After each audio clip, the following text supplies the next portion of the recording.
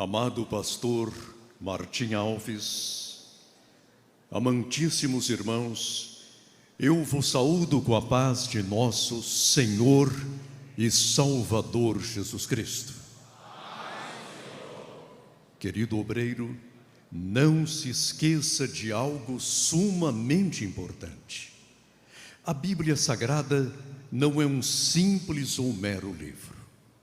A Bíblia Sagrada é a inspirada, a inerrante, a infalível, a completa, a suficiente, a soberana, a perfeita, a sempre atual e a eterna Palavra de Deus. Amém. Abramos as nossas Bíblias em Atos dos Apóstolos, capítulo 6, a partir do versículo 1. Ora, naqueles dias, crescendo o número dos discípulos, houve uma murmuração dos gregos contra os hebreus, porque as suas viúvas eram desprezadas no ministério cotidiano. E os 12, convocando a multidão dos discípulos, disseram: não é razoável que nós deixemos a palavra de Deus e sirvamos as mesas. Escolhei, pois, irmãos, dentre vós 7 varões de boa reputação, cheios do Espírito Santo e de sabedoria, aos quais constituamos sobre este importante negócio. Prestemos atenção. Mas nós perseveraremos na oração e no ministério da palavra.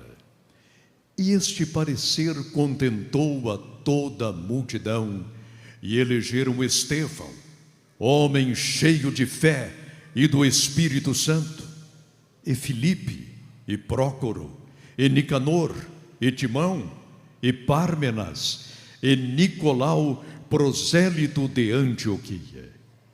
E os apresentaram ante os apóstolos, e estes, orando, lhes impuseram as mãos. E crescia a palavra de Deus, e em Jerusalém se multiplicava muito o número dos discípulos, e grande parte dos sacerdotes obedecia à fé. Queridos irmãos, membros do Santo Ministério, obreiros do Senhor e ministros do Santo Evangelho, a Igreja Apostólica cresceu de forma irresistível, poderosa, bíblica, profética, evangelística, missionária. E em pouco tempo já estava incomodando não somente Jerusalém, mas Samaria e toda a Judéia. Não obstante, ao chegarmos ao capítulo 6 de Atos dos Apóstolos, um livro escrito meticulosamente por Lucas, o historiador e médico amado, deparamo-nos com uma crise que começa a se levantar. Uma crise que, embora social, já estava prejudicando e muito o santo ministério, inclusive os apóstolos de nosso Senhor. A igreja crescia, mas aquele incidente social não estava permitindo mais a igreja de nosso Senhor avançar, crescer, multiplicar-se, ganhar almas, sacudir a cidade e expor o santo evangelho. É que na distribuição diária,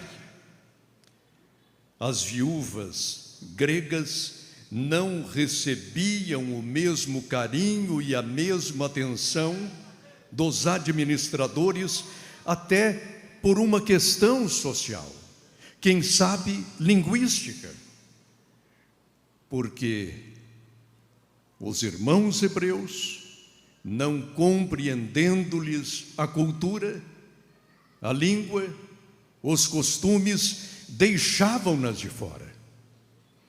E para sanar a situação, os santos apóstolos resolveram também servir as mesas.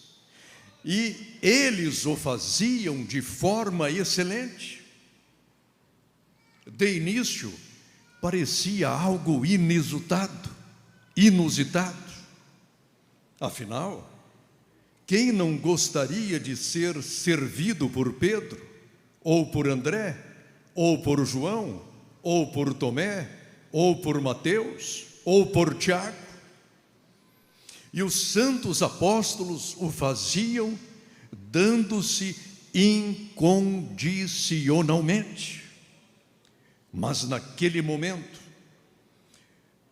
Pedro reúne os seus pares, os anciãos e a multidão dos discípulos, e usado pelo Espírito Santo, brada-lhes: não é razoável que nós, os ministros da palavra, os responsáveis pela exposição do Santo Evangelho, não é razoável que nós, que fomos escolhidos por nosso Senhor, a bradar em Jerusalém, em Samaria e em toda a Judéia e até os confins da terra, não é razoável, pois, que deixemos a palavra de Deus para servir as mesas.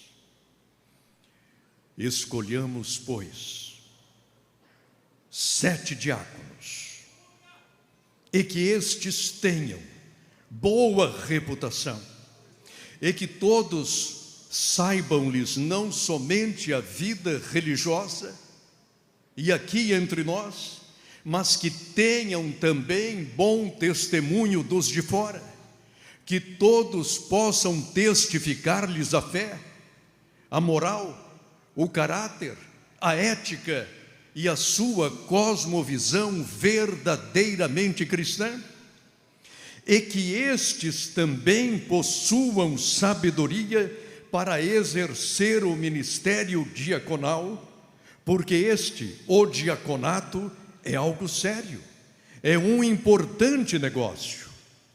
Por conseguinte, o diácono tem de ter necessariamente a plenitude do Espírito, ou seja, deve ele ser batizado no Espírito Santo,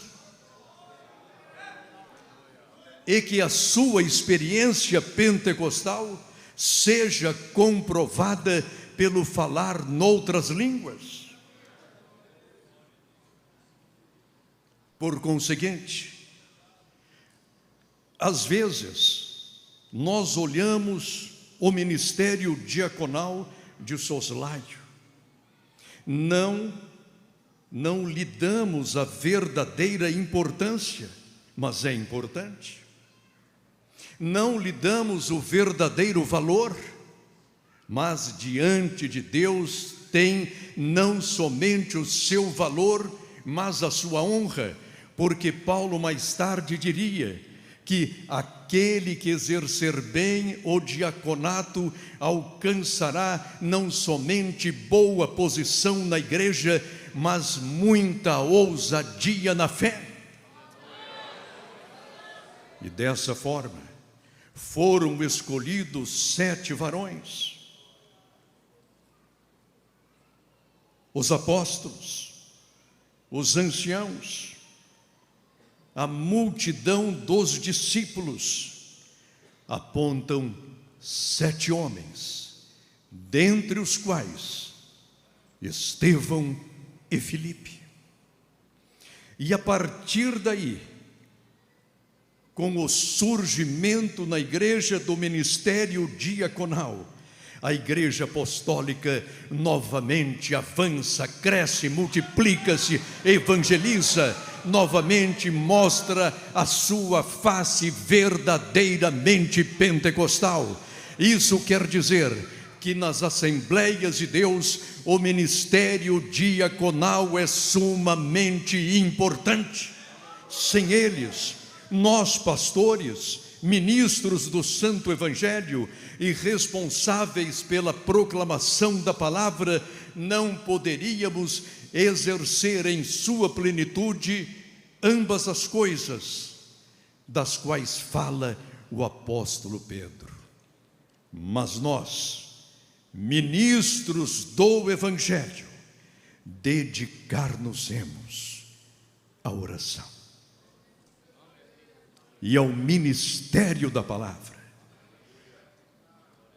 Os diáconos são tão importantes na casa de Deus, que sem o vosso trabalho, o vosso zelo, o vosso carinho, o vosso amor, a vossa afeição, não poderíamos nós dedicarmos-nos como hoje nos dedicamos à oração.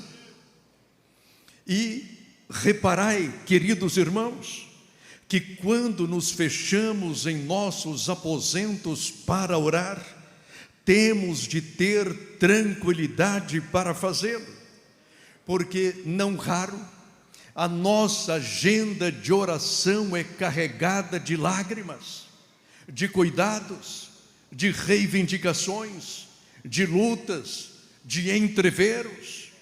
Não raro a nossa agenda de oração e intercessão é às vezes combatida feramente por Satanás, mas em nosso recesso, em nosso gabinete, em nosso quartinho, em nossos aposentos, temos de ter tranquilidade que, enquanto oramos, os diáconos trabalham.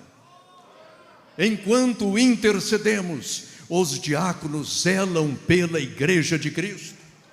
Enquanto derramamos as nossas lágrimas, eis os diáconos zelando pelo bem-estar do corpo de Cristo, porque para isso foram chamados, e têm os senhores a responsabilidade sagrada e bíblica de nos proporcionar todas as condições para que quando estivermos orando, não nos preocupemos com o dia a dia, com a burocracia da igreja, com a distribuição diária, com o socorro de nossos carentes e necessitados. E enquanto estivermos preparando a doutrina de terça, ou de quarta, ou de quinta, ou de sexta-feira, ou de domingo, estaremos tranquilos, porque os nossos diáconos estarão trabalhando para nós e por nós, em nome do Pai, do Filho e do Espírito Santo. Aleluia!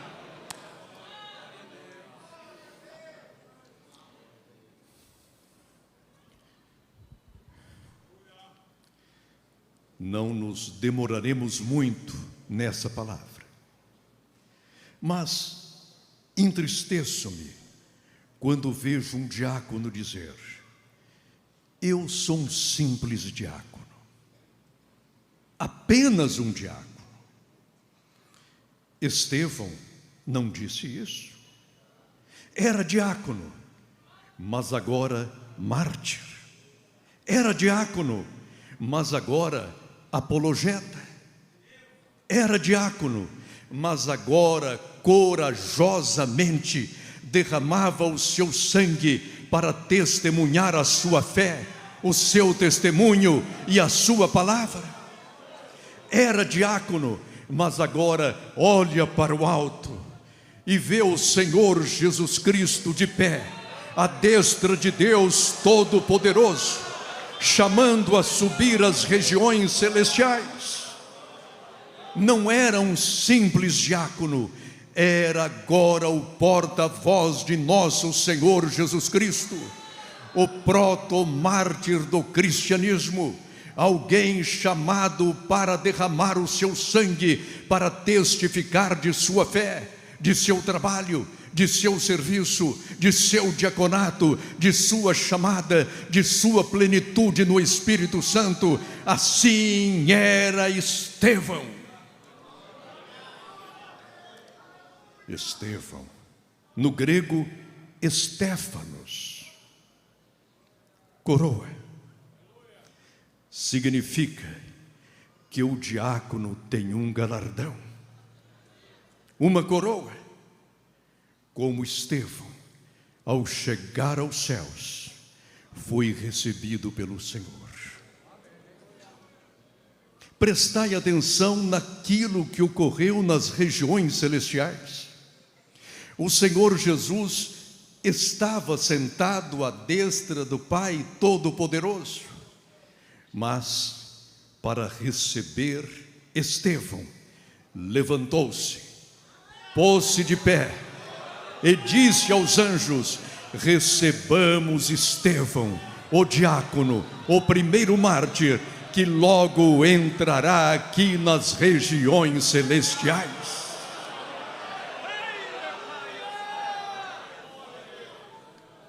Eu sou um simples diácono. Filipe diria isso? O diácono Filipe diria isso? Pelo contrário, já servindo as mesas em Jerusalém, dirige-se a Samaria, abre um vigoroso trabalho. O Senhor ali opera sinais e maravilhas, e eis ali um verdadeiro diácono pentecostal, cheio do Espírito, cheio do Consolador, pleno do Preceptor, e disposto a, entre os samaritanos, deixar uma congregação, uma igreja.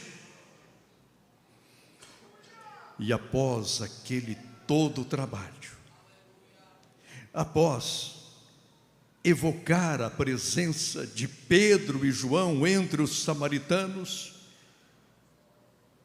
o simples diácono Estevão ouve a voz: vai a Gaza, ao deserto de Gaza. Disse-lhe o anjo que está deserto, sem ninguém. Filipe não questionou: é a voz do Senhor, obedeço. É a voz do meu Deus, eis-me aqui. É a voz de Jesus, não faltarei com o meu compromisso. Gaza está deserta, não importa, se o Senhor me manda, eu vou, obedeço, avanço, mostro a minha fé, mostro a minha obediência. E ali depara-se com o eunuco, um homem importante, ministro das finanças de Candace, rainha dos etíopes. E agora aproxima-se daquela carruagem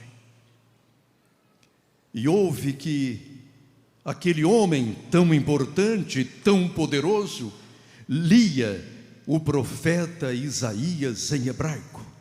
Aproxima-se: entendes o que lês? Afinal, é diácono ou hermeneuta? Afinal, é diácono ou erudito? Afinal, é diácono ou evangelista?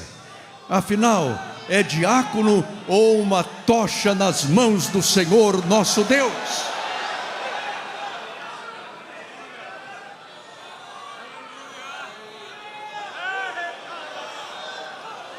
E aquele que exercer bem o diaconato alcançará uma grande posição na igreja do Senhor, e muita audácia na fé, no serviço cristão, na evangelização, na obra missionária.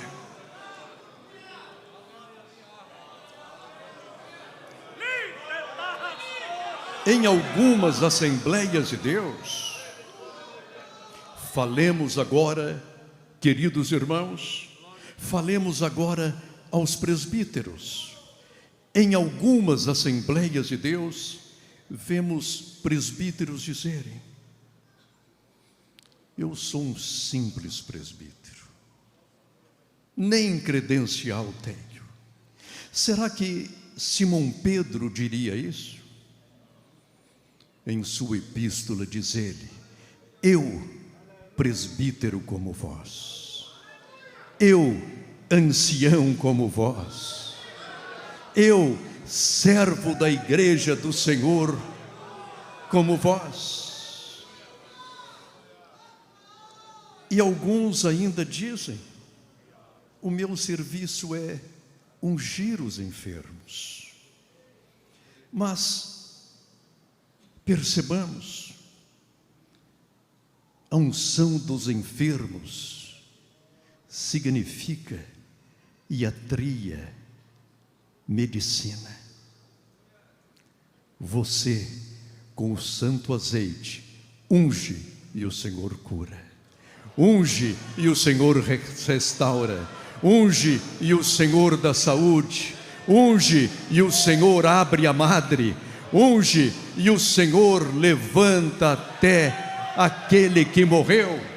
Então, na casa do Senhor, nós não temos nem simples diácono, nem simples presbítero. Nós temos homens de Deus, servos de Cristo, e aquele que proclama a palavra de nosso Senhor e Salvador Jesus Cristo. Que Deus nos abençoe.